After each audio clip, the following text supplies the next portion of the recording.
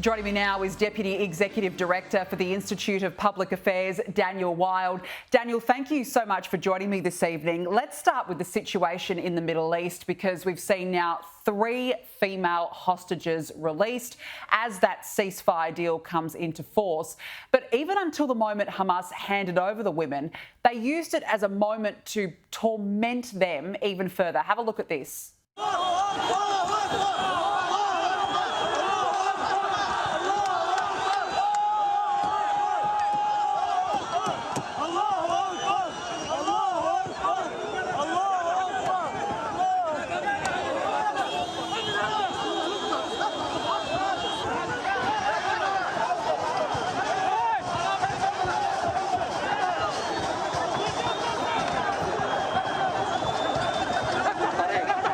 Daniel, Israel has clearly had no choice but to do a deal with the devil here.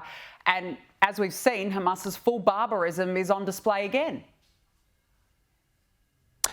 Well, that's exactly right. I think this ceasefire deal is to be welcomed, and hopefully it holds and develops into a broader and sustainable peace in the region. But certainly since October 7, I think it's just been gut-wrenching to see what's been happening on not only in the Middle East, of course, but also on our streets here in Australia, whether it's in our cities and the so-called protests that we've been seeing, or on our university campuses, and the lack of leadership we've really had on the domestic front from our government and from law enforcement to deal with those issues. And, of course, Israel was attacked on October 7. It has every right to defend itself and to respond in a manner that it sees fit. It is our most important democratic, or the only democratic ally we have in the Middle East. So, look, let's hope that this ceasefire holds and develops into something much broader. But as you rightly say, right up to the very last minute, we're seeing this kind of behaviour, which just demonstrates the vital need to make sure that our government gets this right. Well, I'm not sure if they are getting it right, because we've seen Israel's Deputy Foreign Minister has really taken the Attorney General Mark Dreyfus to task during his visit over there to apparently try and mend relations. Sharon Haskell said she, quote, "I emphasised our deep concern regarding the shocking rise in anti-Semitism in Australia and the clearly ineffectual response from the Australian government and state governments. There is no doubt this has been caused in part by the Australian government's ongoing campaign against Israel. I expressed my expectation and hope that Australia's policy toward Israel will return to reflecting our long-standing relations based on shared values and interests." Daniel, it's very clear by that despite Mark Dreyfus earlier saying he'd been warmly welcomed in Israel, I just think the horse has bolted. Is it too little too late?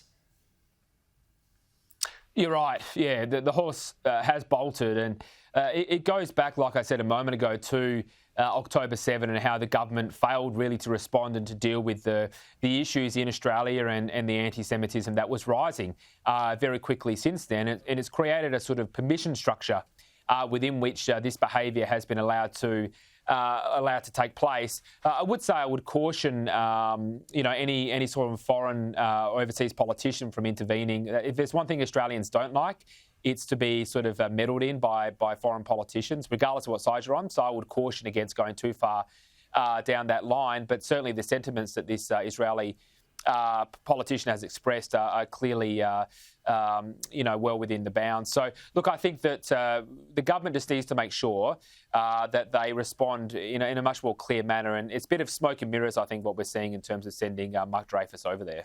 Yeah, I completely agree with you. Now, let's talk about Channel 9 host Tony Jones, who has issued a full apology to Novak Djokovic after making these on-air comments. Have a look. Novak, he's overrated. Novak's a has-been. Novak, kick him out. Boy, I'm glad they can't hear me.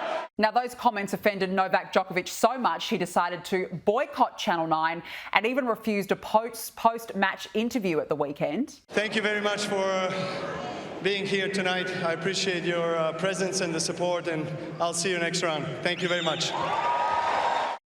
Now, it's prompted this swift apology from Tony Jones. The comments were made on the news on the Friday night, which I considered to be banter. I considered it to be humour, which is consistent with most things I do. But the Djokovic camp was not happy at all with those comments. Now, as such, I immediately contacted the Djokovic camp and issued an apology to them, so this is 48 hours ago, for any disrespect that Novak felt that I'd caused. And as I stand here now, I stand by that apology to Novak. Daniel, I don't understand personally what was so offensive about those comments. To me, it was a bit of banter or was a bit of a joke. What do you think? Yeah, I'll take your point about the larrikinism that you made earlier as well. We don't want to lose that. But old chompers Tony Jones has copped a backhander from Novak, and he's very quickly backed down on this. And look, I think one thing that people like about Novak Djokovic is he does speak up. He has become a bit of a polarising figure, but we saw during COVID and everything that went along with that, he wasn't afraid to speak up, regardless of what you thought about his views. And I think most people will respect that. So he's done it again here, and I think he's well within his rights to, if he is offended or on behalf of the relevant community, to call for an apology. Fair enough. I sort of share your perspective. I don't think there was anything too offensive about what Tony Jones said. But it just goes to show, I think, whenever you're on camera, you've always got to be a little bit careful with how you sort of handle these things. Yeah, whenever you've got a microphone on, be very, very careful what you say. That's the lesson to be learned for all of us. Now, here we go again, Daniel, because Australia's classification board is seeking cancel culture powers, would you believe, to censor old movies, books and TV shows in line with modern community attitudes. The federal government agency wants to reclassify publications every 10 years, saying it needs new powers to reclassify archaic and out-of-step movies, books and TV shows that no longer align with the current guidelines or community standards. Daniel, I don't know about you, but I would like to know what these people believe are actually in line with community standards. Yeah, that's right. There's a pattern of behaviour from this government of censorship. I think it's the most anti-freedom of speech government we've seen in peacetime era. We saw that with the censorship throughout the Voice to Parliament debate. We've seen it with their proposed misinformation laws, which were ultimately defeated, but I suspect they'll bring it back if they get back into government. So, look, and also this is straight out of the George Orwell playbook, trying to rewrite history.